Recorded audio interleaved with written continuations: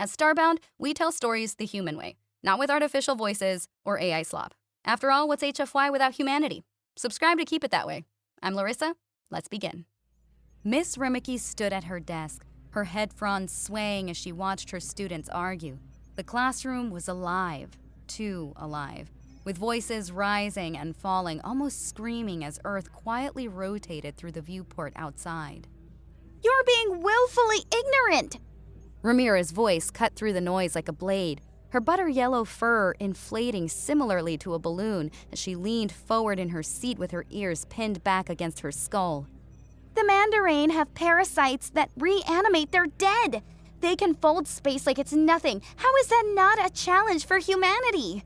She jabbed a pawed finger toward the front of the classroom, where an image of a crystalline parasite structure rotated on the data screen. The humans are burning bodies now because they have to, not because they want to. That means the Mandarin are adapting, and that they at least have recognized humanity as their ultimate enemy.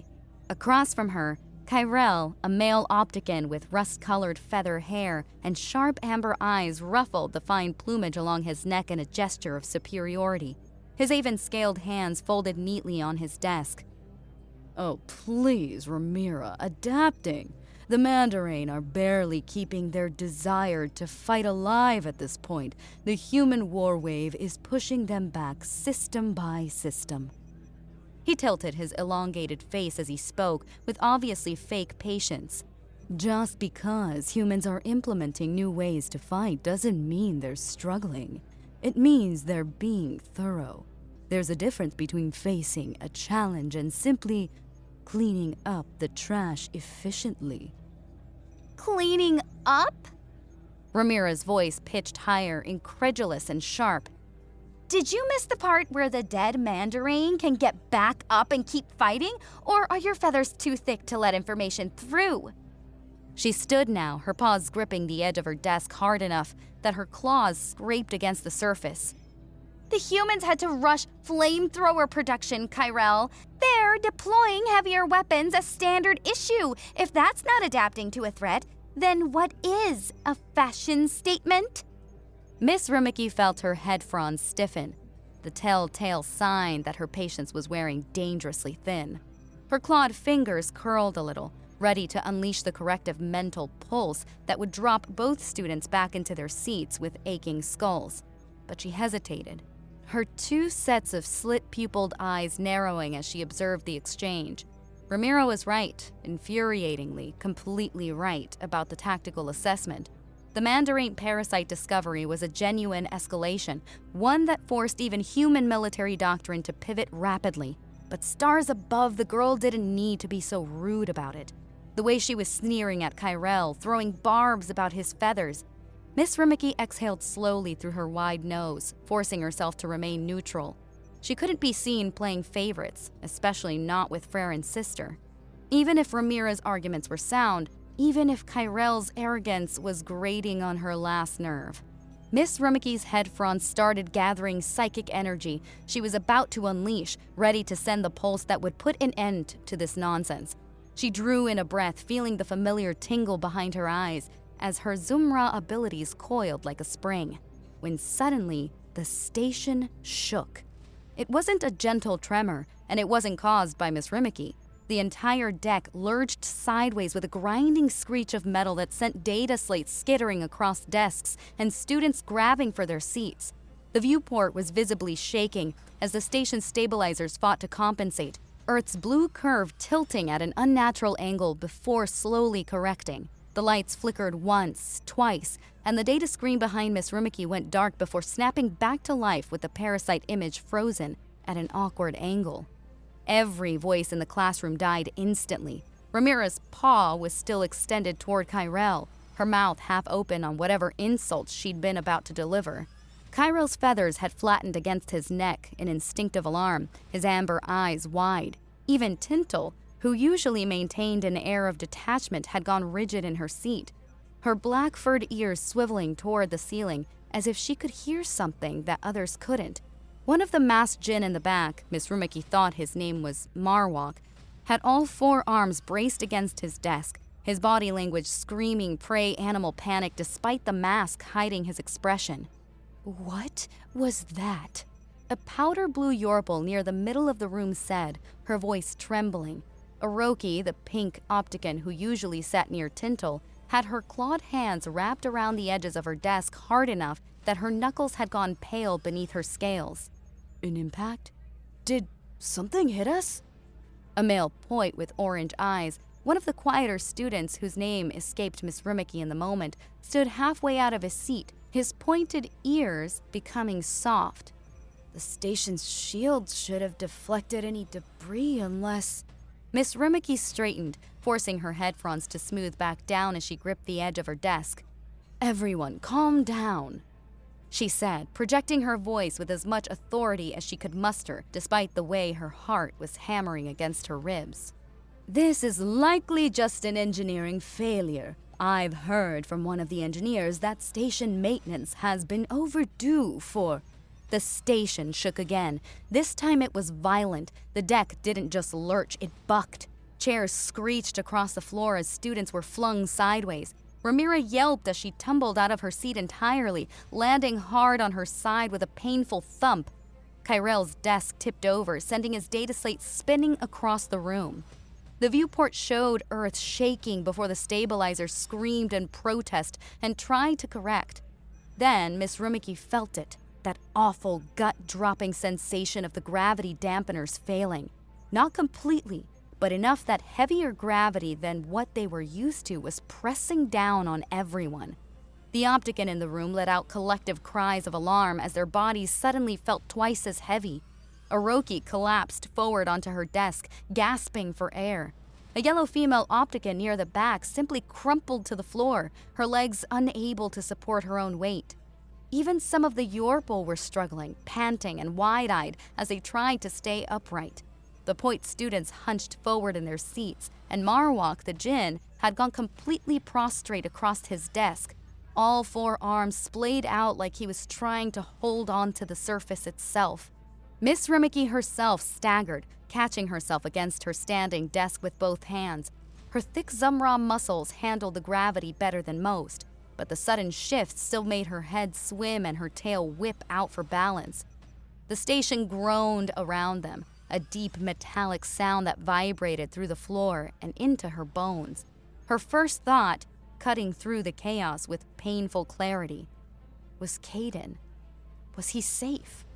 Was he in engineering? Was he... A sharp electronic screech cut through the panic, and suddenly a voice boomed from speakers Miss Rimiki hadn't even known were installed in the classroom. It was human, male, with a clipped professional tone of someone used to giving orders under pressure. "Attention all personnel. This is Station Commander Wells. We are under Mandarin attack. Repeat, we are under Mandarin attack. A portal has opened in Section 7, Low-Gravity Engineering Bay. All human military personnel and armed engineers are to grab weapons and converge on Section 7 immediately. This is not a drill." The voice paused, and Miss Rimiki could hear the sound of weapons fire crackling in the background of the transmission. When Commander Wells continued, his tone had shifted from professional to urgent. "All teachers remain in your classrooms and engage door locks now. Do not, under any circumstances, open your doors unless you receive direct confirmation from security. Zumra faculty." Miss Rimiki's head fronds went rigid. "You are authorized to use your psychic abilities defensively against anyone attempting forced entry from outside. If, God forbid, a portal opens inside your classroom, do not hesitate to use lethal force against any Mandarin that emerge. Protect your students by any means necessary. Wells out." The transmission cut off with another screech of static, leaving the classroom in stunned silence. Miss Rimiki's mind raced, even as her body moved on autopilot, her clawed hand already reaching for her data slate to engage the door locks. Mandarin, here, on the station. Her eyes swept across her students, her terrified gravity-crushed students, who were looking at her with desperate hope that she would know what to do. Miss Rimiki's fingers trembled as she tapped the command on her data slate. The door lock engaged with a heavy thunk. Red warning lights blinked to life along the doorframe, emergency lockdown protocol. But was it enough? Her head fronds went rigid as she reached out with her mind, tentatively brushing against the space beyond the walls. It was a skill she'd never truly mastered, not like the warrior caste Zumra who trained for combat. But now, she pushed outward anyway, feeling for the distinct pressure of conscious thought beyond the barrier. Nothing. She wasn't sure if that was comforting or terrifying. The initial silence shattered like glass. Miss Rimiki? A female Carlagan near the back, her hood flaring in distress, her voice cracking. Are we going to be okay? They can't get in here, right? The doors are locked. They can't. Another voice overlapping. What if they open another portal? What if it's in here? What if... My parents. I need to call my parents. The gravity. I can't breathe properly. Kyrell, still sprawled on the floor next to his overturned desk, let out a sound that was half laugh, half sob. I said they weren't a threat. I said... His voice broke as he pressed his forehead against the cold deck plating, his rust-colored feathers quivering. I said they were just being cleaned up efficiently. Stars above. What have I done? What if I jinxed us? What if... Everyone, please! Miss Rimiki heard herself say, her voice sounding distant and hollow even to her own ears. She stepped forward, nearly stumbling as the increased gravity pulled at her. The doors are locked. The station has security procedures. The humans will handle this. We're safe here. We just need to stay calm and... The words felt like ash in her mouth. She could hear how unconvincing she sounded, how her voice wavered on the word safe. Her head fronds were still rigid, betraying everything her words tried to convey. Around the room, students stared at her with wide and terrified eyes. Yorpal with their ears flat against their skulls, Optican gasping under the gravity, Point clutching their desks. No one believed her, not even herself. Ramira, still on the floor where she'd fallen, pulled herself up to sitting with a grunt of effort. Her butter-yellow fur was disheveled, one ear bent at an odd angle, but her paw was steady as she pulled out her data slate. Her pink eyes scanned the screen, and suddenly her whole body language shifted. Her ears perked up, her tail began a slow wag. Everyone? She said, her voice cutting through the mounting panic. She held up the data slate so that the students nearest could see. The big mouth bass. It's close, really close. My sister just sent me an update through the military network. They were already en route for a scheduled docking, and they've detected the attack. They're burning hard toward us right now. She looked around the room, and Miss Rimiki saw something fierce and determined in Frairen's little sister.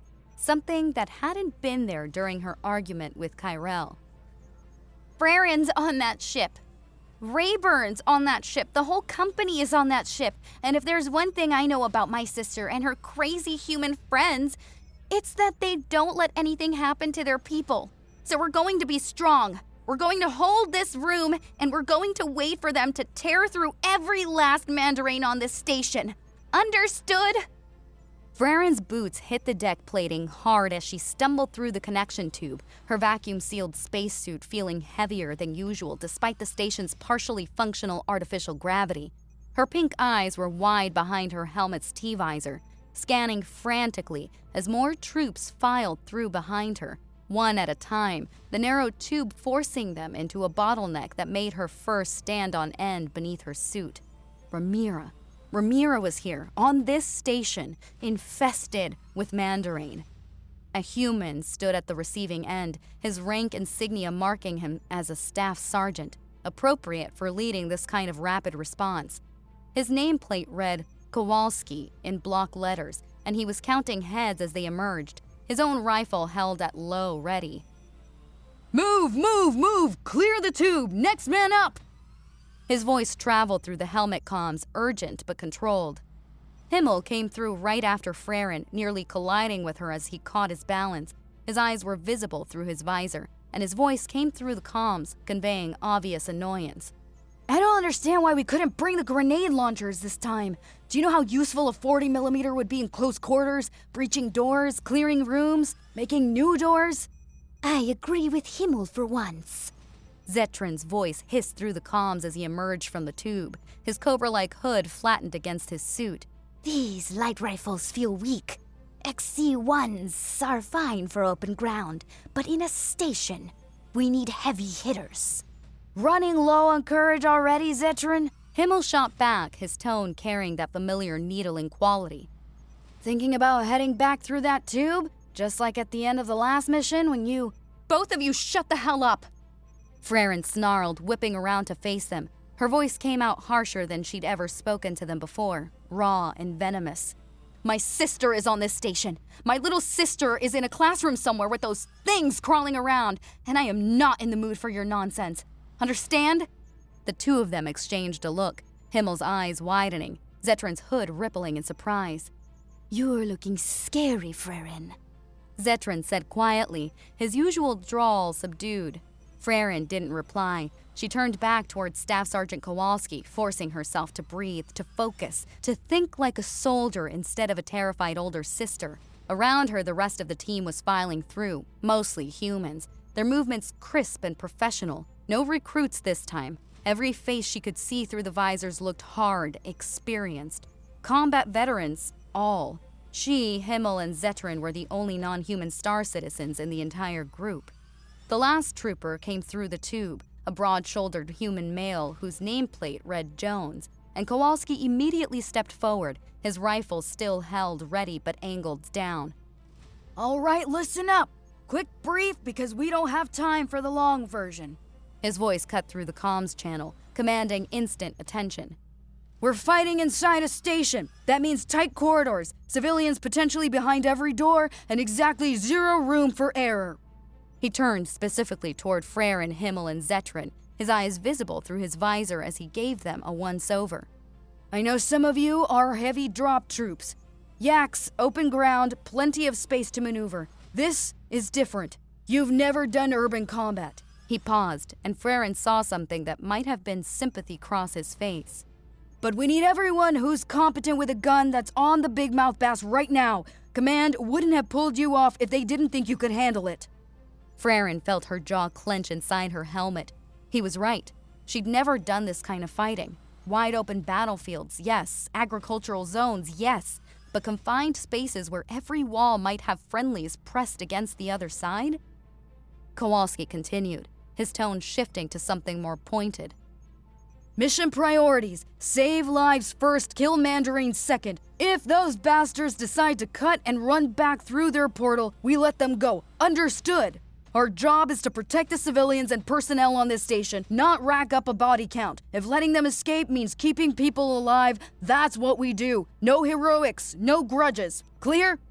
Clear, Staff Sergeant! The humans responded in near unison, their voices blending into a professional chorus. Clear!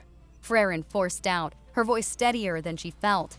Beside her, Himmel and Zetran echoed the confirmation. Good! Kowalski raised his rifle to high ready, the barrel pointed up at a 45-degree angle, safe, but ready to snap down and fire at a moment's notice. Weapons at high ready! Watch where you're pointing those muzzles. Be mindful of your backdrop. Under every wall, behind every door, around every corner, you might find a student or you might find a hostile. Do not guess. Confirm your target before you fire. We've already got friendlies trapped in classrooms all over this station, and the last thing we need is to shoot through a wall and kill someone we're here to save. The group began to move, Kowalski taking point quickly. Frairen fell into formation automatically, her XC-1 Lancer coming up to high ready. The weight of it felt familiar, comforting even, despite her earlier complaints about not having heavier weapons. Behind her, she could hear the controlled breathing of Himmel and Zetran, both of them moving with the careful footwork they'd been drilled on for months. The corridor ahead was eerily quiet, emergency lighting casting everything in harsh red. Somewhere in the distance, Frairen could hear the muffled crack, crack, crack of gunfire and the screaming hiss of Mandarine energy weapons. Her ears swiveled inside her helmet, trying to pinpoint the direction. Hold on, Ramira. Just hold on. Frairen pushed down the fear, buried it deep where it couldn't interfere with her job. The hate, the burning visceral hate for the Mandarin who dared to threaten her sister. She buried that too. There would be time for hate later. Time to unleash every bit of fury she'd been holding back, but right now, she needed to be professional, controlled, a soldier. She'd save the rage for when she found them. They were rushing toward the danger, not far away from it. Every instinct that would have made a prey species freeze or flee was absent in their movement. Kowalski moved like a predator stalking through tall grass, and Frairen found herself matching that energy, that forward momentum. It felt right. Not the cautious advancement of someone trying to survive, but the sharp stride of someone hunting. This was what she'd been trained for. This was what humans had made her into. Left corridor, move through the residential junction. Kowalski's voice guided them through the comms, always and directive. They passed through living areas, hab units with doors sealed shut, emergency lights blinking above each one. Frairen's eyes darted to each door as they passed, wondering if Ramiro was behind one of them, curled up and terrified. They entered a large common area next, the kind of space meant for gatherings and relaxation. It opened into a food court that looked like it had been abandoned mid-meal. Trays scattered across tables, a knocked-over chair still rocking slightly, a bottle rolled against a wall with liquid pooling beneath it. And then she saw them. Mandarin, not the shambling reanimated kind, alive, firing those crystalline orange weapons that cracked as they discharged. The distinctive sound made Frairen's hackles rise instantly. 5 of them spread across the far end of the food court, using overturned tables and serving counters for cover. Contact front! Split and take cover! Kowalski barked, already diving behind a support pillar. Avoid standing still! They'll track you! Move between bursts! The trio moved as one unit, Frairen, Himmel, and Zetran breaking right toward an open side room, some kind of lounge area with its doors left wide. Himmel and Zetran dove through immediately, but Frairen stopped at the doorframe, her rifle already coming up. She waited, just a heartbeat, watching one of the male Mandarin lean out from behind his cover to take a shot at where Kowalski's squad was positioned. There. Frairen squeezed the trigger, 3 round bursts just like training.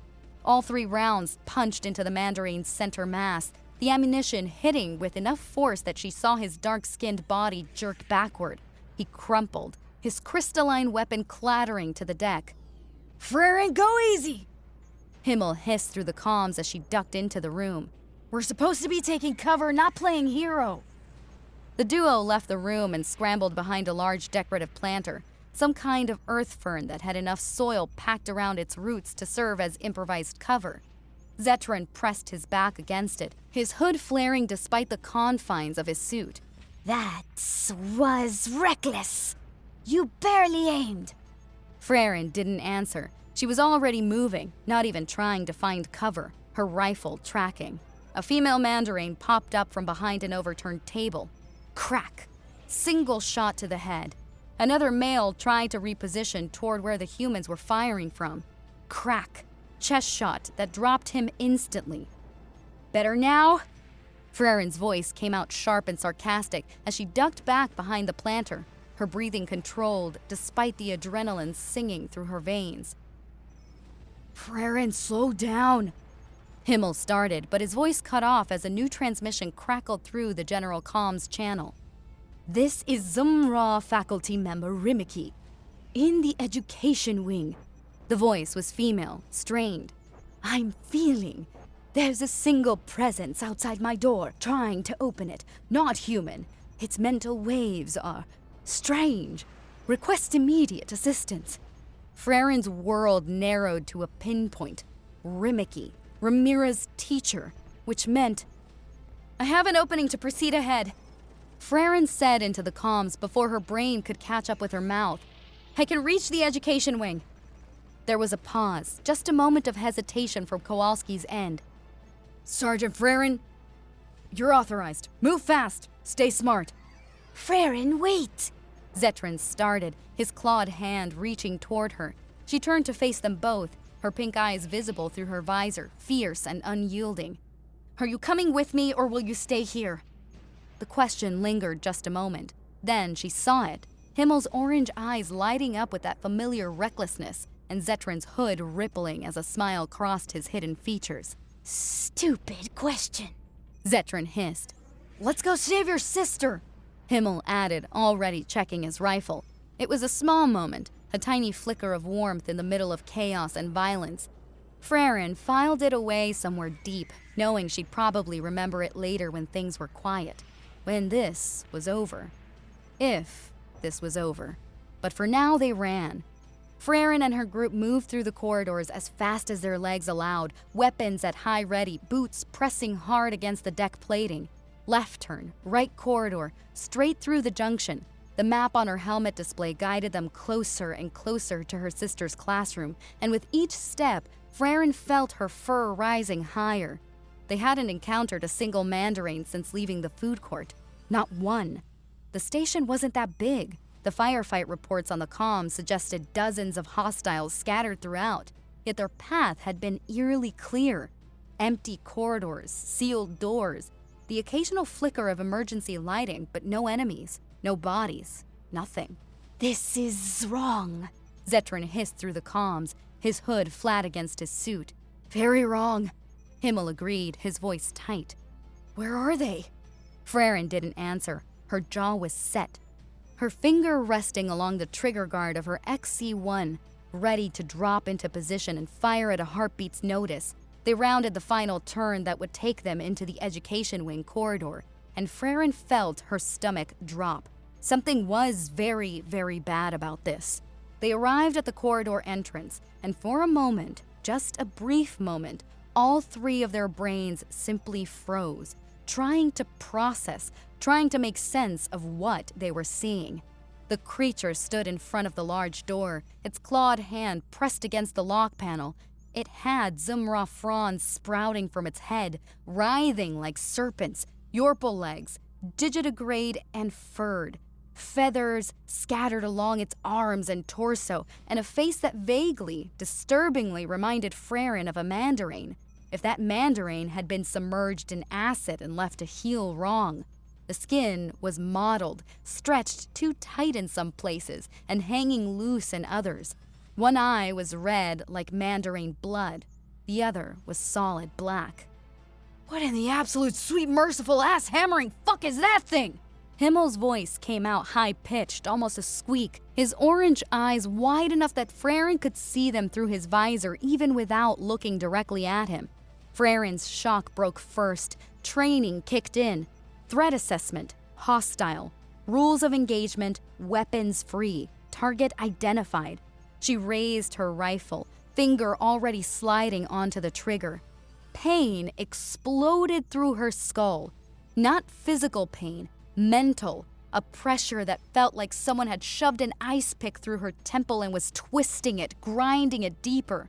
Frairen gasped, her vision swimming, and through the agony, she recognized the sensation. Ramira had told her about this, about how Miss Rimiki would sometimes give students a light psychic correction when they misbehaved in class, a little spike of pain to get their attention.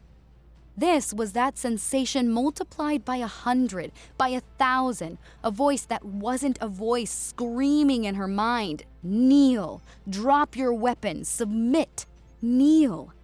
Frairen's knees buckled, but she locked them, refused. Her arms shook, the rifle feeling like it weighed 100 kilograms, but she kept it up, kept it pointed.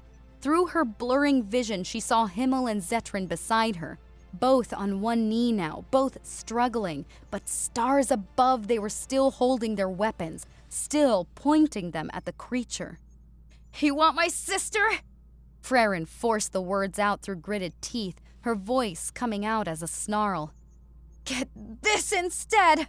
She squeezed the trigger. The rifle barked. 3-round burst, center mass. The sound seemed to break whatever spell had been holding Himmel and Zetran in place. They fired too, their XC-1s joining hers in a chorus of violence. Bullets punched into the creature's torso, its arms, its legs. Orange-gray fluid sprayed. The thing staggered backward, its fronds flailing. For a moment, Just a moment, Frairen thought it was over. Then the mental attack hit them again, harder this time. Frairen froze completely. Her finger on the trigger felt heavy, impossibly heavy, like she was trying to move a neutron star. Her entire body locked up, muscles refusing to obey. She could see Himmel and Zetran beside her, both frozen mid-reload, their bodies rigid. The creature straightened, and when it spoke, its voice was a wet, gargling thing that somehow hinted pride. Foolish mongrels. You think your little bullets can stop a champion of Kalkiri? Priestess Sumir has remade me, perfected me. I am beyond what your pathetic minds can comprehend. It took a step forward, and Frairen saw the wounds in its torso beginning to close. Bullets pushed themselves out of the flesh with grotesque squelching sounds, dropping to the deck plating with little metallic pings. The humans, no longer a threat. Not to me, not to what I have become. The creature's head tilted, its mismatched eyes focusing on them like a true predator. I see in your minds that you want to protect someone behind this door. It gestured lazily toward the classroom with one clawed hand. How touching. The word dripped with mockery. I wonder if I should finish you three now, or make you watch what I'm going to do when I manage to get through this door. Decisions, decisions. Panic flooded through Frairen like ice water. Ramira was behind that door, and she couldn't move, couldn't shoot, couldn't do anything. The holes they'd put into the creature were healing, bullets being ejected like they were nothing more than splinters. They were going to die. All three of them were going to die. And then this thing was going to get into that classroom and... The door to the classroom snapped open at once. Even the creature seemed surprised, its fronds going rigid as it spun around. Miss Rimiki stood in the doorway. Her 4 eyes were locked on the creature, her head fronds spread wide. She stared at it for just a moment, her expression somewhere between disgust and cold fury. "Impressive use of my people's stolen fronds," she said. "But I'm not as helpless against your mind as they are." Frairen thought, hoped, prayed that Rimiki was about to attack the creature, about to fry its brain the way she could. But instead, Frairen felt something else. The pressure in her mind decreased, not gone, but lessened, like someone had lifted a crushing weight off her chest. And beneath that decrease, she felt something else, a warm sensation of power reaching into her mind, making that trigger feel light again, making her muscles respond. It wasn't just her. Beside her, Himmel gasped. Zetran's hood flared. A moment later, all three of them were shooting. Full auto-controlled bursts, single shots, everything they had. The corridor filled with the sound of gunfire, spent casings ringing against the deck, the acrid smell of propellant filling the air even through their suit filters. Frairen couldn't count how many bullets she put into the creature. 20, 50, 100. Her magazine went dry and she dropped it, slammed a fresh one home, kept firing. The creature didn't fall. It staggered. It bled that orange-gray fluid. Chunks of its flesh tore away. But it didn't fall. Instead, it turned its mismatched eyes on Miss Rimiki, and Frairen saw something in that gaze that made her blood run cold. Pure, undiluted hatred. Then it bolted. Not toward them, away. Down the far end of the corridor, moving with a speed that shouldn't have been possible for something that damaged. It disappeared around the corner, but not before throwing one last glance at Frairen, a look that promised this wasn't over, a look that made her heart nearly stop in her chest. The official after-action report stated that the invasion of this space station resulted in 132 confirmed Mandarin casualties. Most had been eliminated by human engineers and soldiers, with bodies ejected into space to burn up in Earth's atmosphere per new protocols. The fighting had lasted 6 hours total. Civilian casualties 12, military casualties 23 wounded, 4 dead. The creature, the thing that Frairen, Himmel, and Zetran had encountered, was never found. Neither was its body, but its movements had been captured by security cameras, and with Miss Rimiki and Frairen's team all providing matching testimony, not a single human ever doubted its existence. Many considered Frairen and her friends heroes. There was talk of another promotion, of recommendations, of medals for bravery in the face of an unknown enemy, but the three of them couldn't see it that way, couldn't feel the pride that others insisted they should feel. They'd put what must have been over 200 rounds into that thing, and it had still managed to flee, still managed to escape, wounded but alive, to whatever dark corner of the galaxy it had crawled from. Frairen sat in the station's medical bay, Ramira pressed against her side and couldn't stop her hands from shaking. They'd been that close to death, that close to failing, and somewhere out there, that creature was still breathing, and perhaps it was not even the only one.